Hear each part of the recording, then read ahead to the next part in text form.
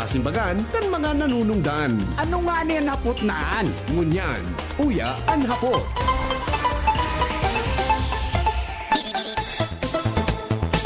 Nagapod sa kuya si Chaidet na Manila, ang presidente kang senior citizen digdi po sa Legazpi. May pakiuron tabi sa mga kataraning na barangay buda dyan sa Sendang Barangay. Nakaluwas ngaya tabi re sa harong miso tulumi na ayam. Darakulaong pating ayam. Gray and color kan ayam tabi. Nakaluwas da tabi sa gate ninda. Baka po may mga dyan sa kataraning sa Guevara baga. Dyan po sa Guevara subdivision, mga tugang sutulupong ayam ni Chaidet na Manila. Bata mga kwan ini, mga dirasa ini, mga kwan ini, mga darakula tabing ayam, tulo, mag-irina, mag-arama da tabi, Jiframer. Nganya ko Chaidet, pasain tabi so kwan, pasain tabi so mga ayam. Sabi nga niya, paligas pidaasal bata na nga niya ko, baka suminakay sa jeep, baka nga niya ako nagsakay sa jeep so mga ayam, nagpariligas pidaa. Chaidet Manila, good morning tabi sa imo.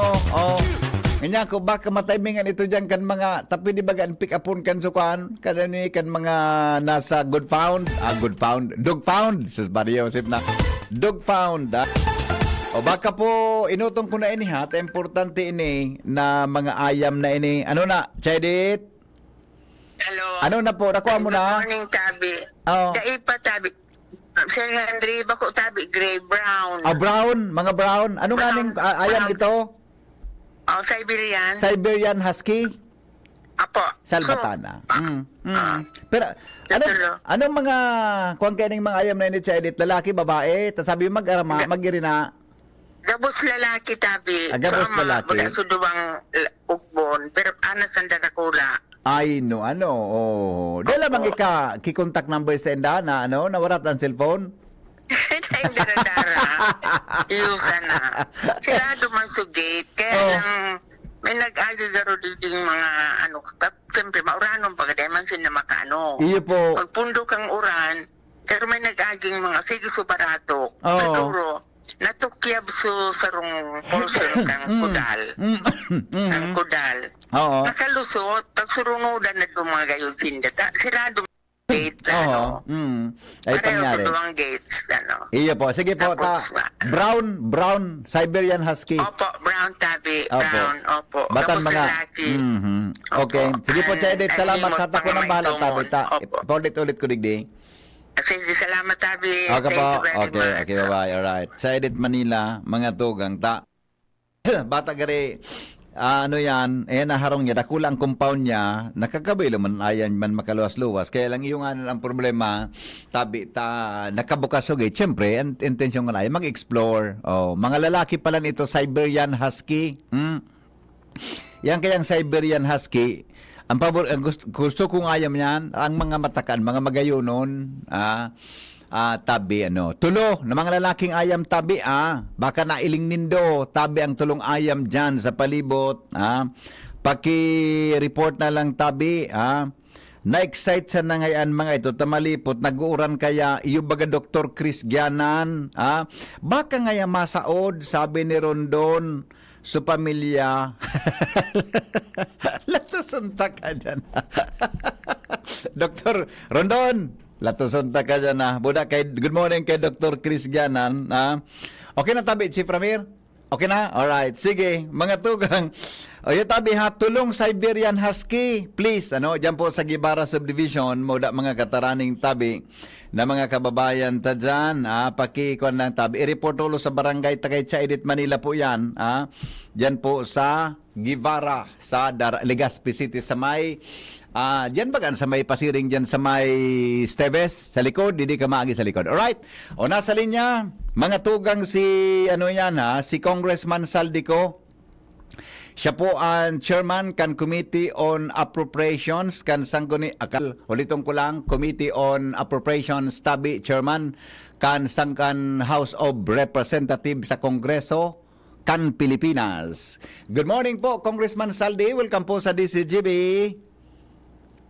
Hi, Henry.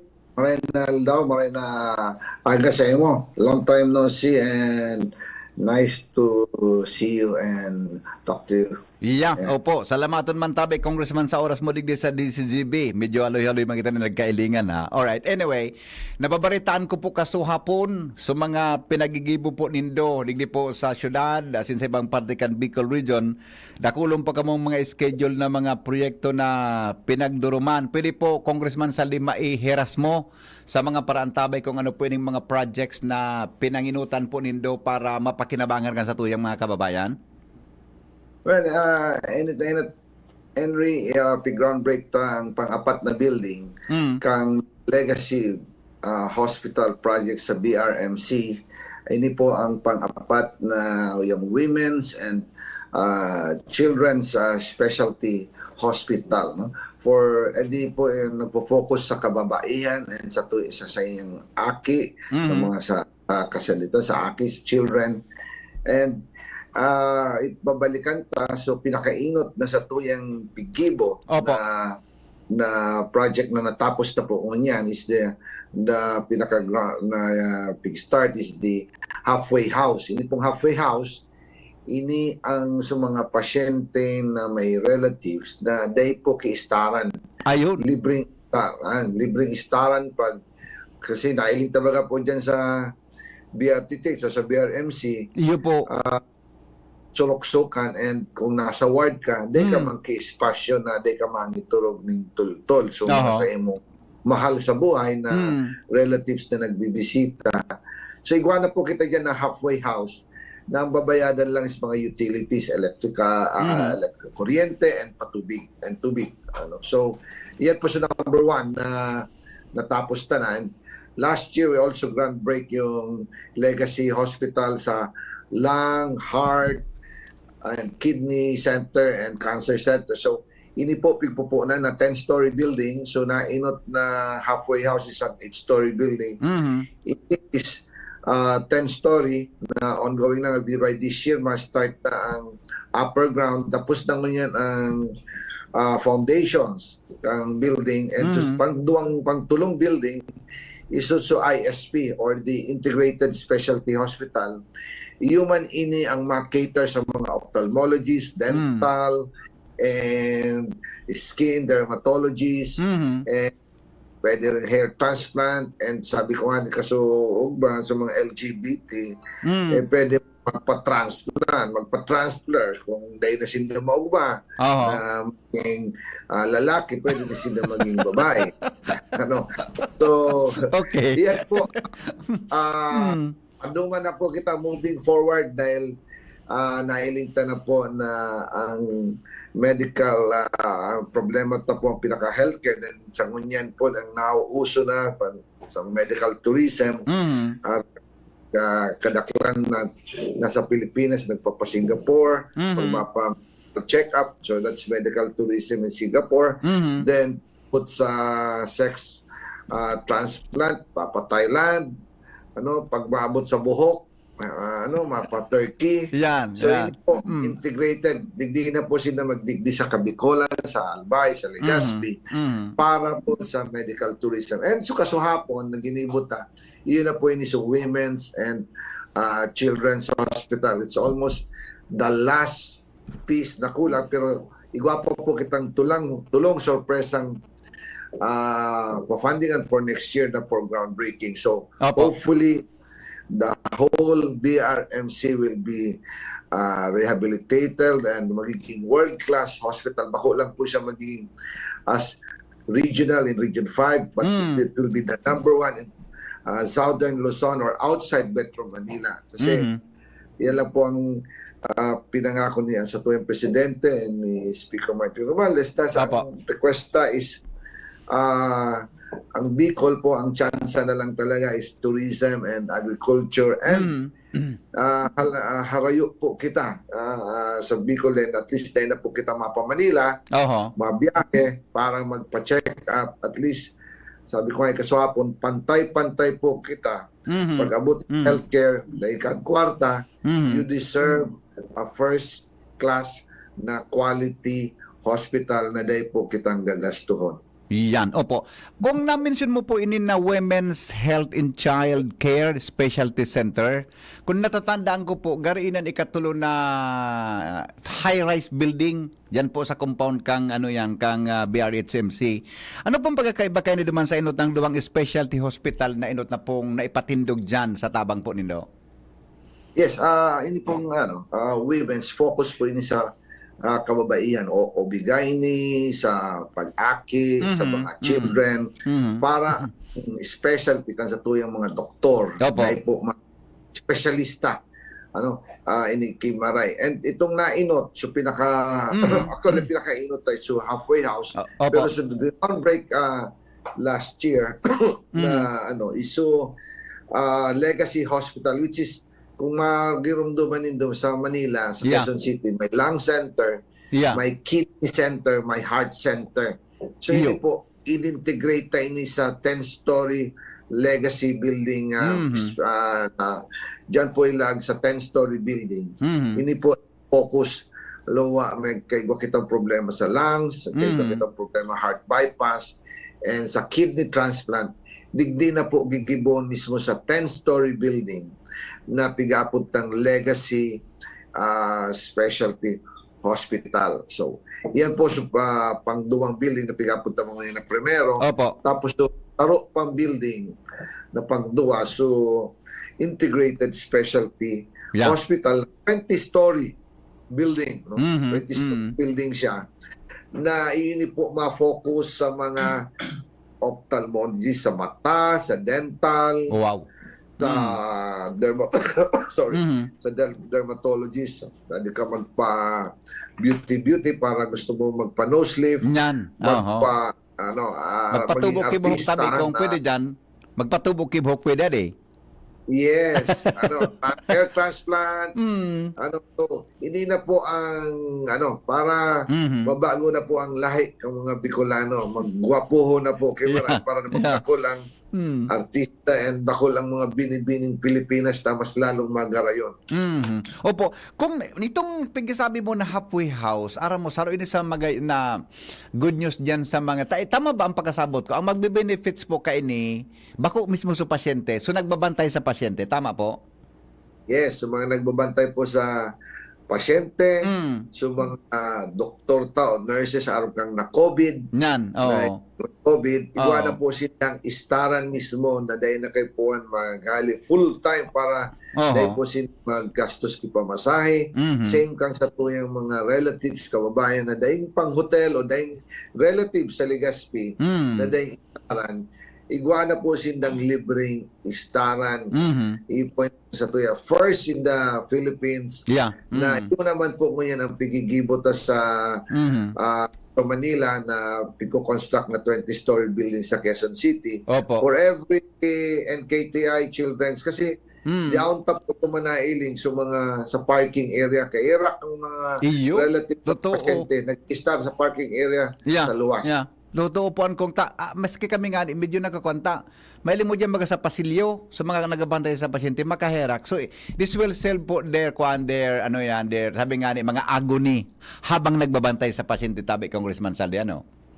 Yes, grabe na nga ni po ang pagtio sa pagbantay. Yan. Dahil Oo. pasindang matinong istaran, shower, hot and cold. So, ini pong mga satuyang kababayan na dahil istaran, dahil na po sila mag-edit kung sakali. Dahil sila kayo po magturog sa pasilyo o dyan sa luwas ng parking area. Igwa pong disenteng turugan na ang babayadan lang, so gastos kang kuryente kang sa tuyang hospital. Kasi dahil mo po kakayanon ang kuryente na at saka patubig. Opo. Kasabago po, nabanggit mo ini natulong story, mga buildings na ini, mga 10-story building. Tama ba ang pagkasabot ko po sa imo na base po sa imo na sa mga pig-offer na mga services na pwede tang makuha sa Manila o magin sa luwas kan sa tuyang nasyon, kaya na po didinggi buhon tabi kong saldi in the future pag natapos pa ining mga lung, kidney, heart, ining ISP, tabi, and medical tourism programs nindo? Po, digdi na po, pagmamalaki po tayo ni sa Bicol na Bicol will be a center for medical tourism in Asia and a world-class facility. Kompleto po ini with the state-of-the-art of equipment and a smart hospital with digitization para ang mga pasyente Yeah. o Yeah. ang mga customer bako lang po so indigent, Yeah. pati paying tourists or paying high-end customer can pay para mabuhay man po ang ospital na dahil na po mag-asa sa later on sa national government pag ini po dahil sa Singapore po ang number 1, number 2 hospital sa buong mundo, top 20 are the government hospital. Yeah, correct. Sinda ang may pinakadakol na experience dahil yaon po dyan ang may pinakadakol na indigent.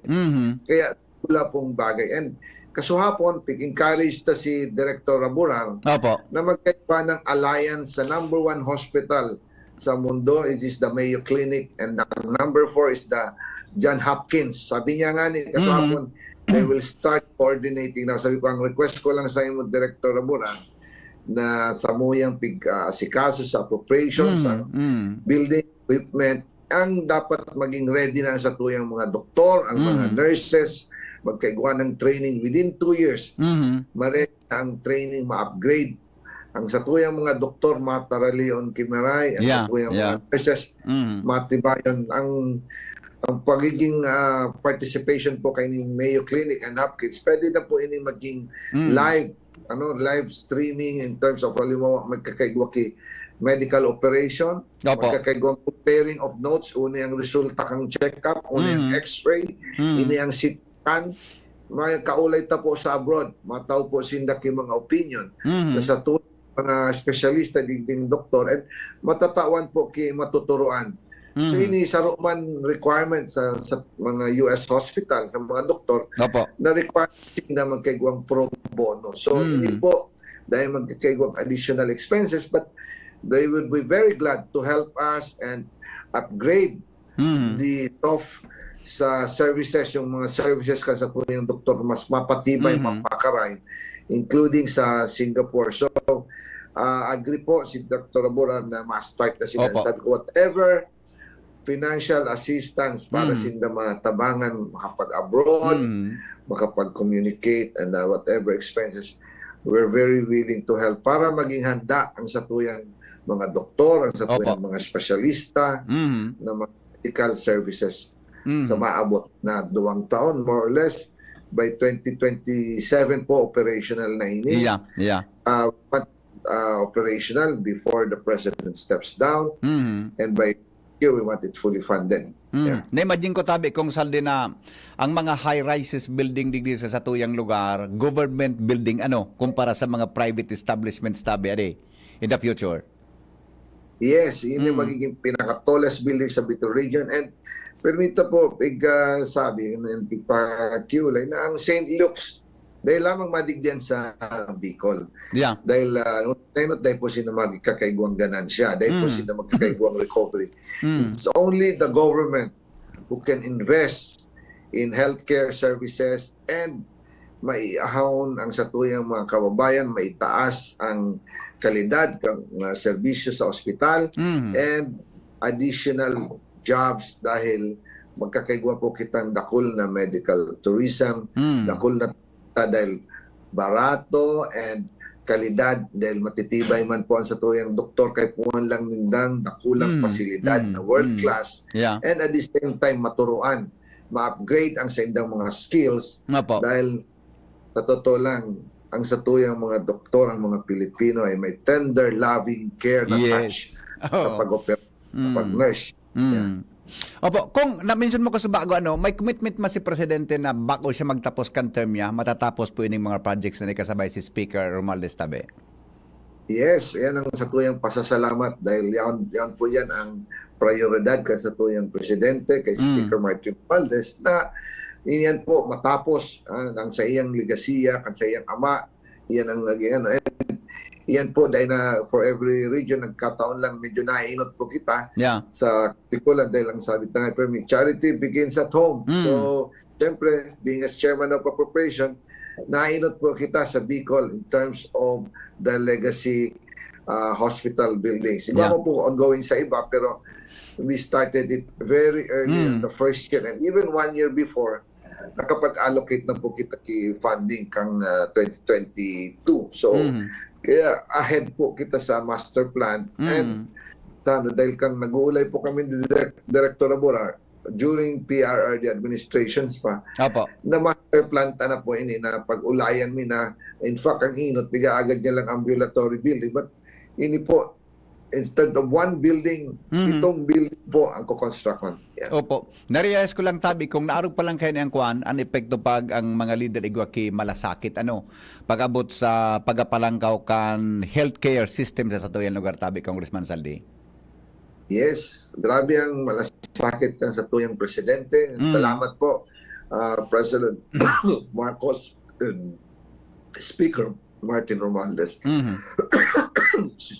Opo, sige. Kaso hapon tabi kung di ako nasala igwa kamo ki tabay news kami kaso bago na linuwas may kinaraman sa smart payout na inot po na naigibo sa naitao sa tuyang mga estudyante, and then panglawa po ining aktibidad na nagdistribute kamo kang ang CHED asin anako Bicol kang ining educational assistance para sa mga kababayan ta.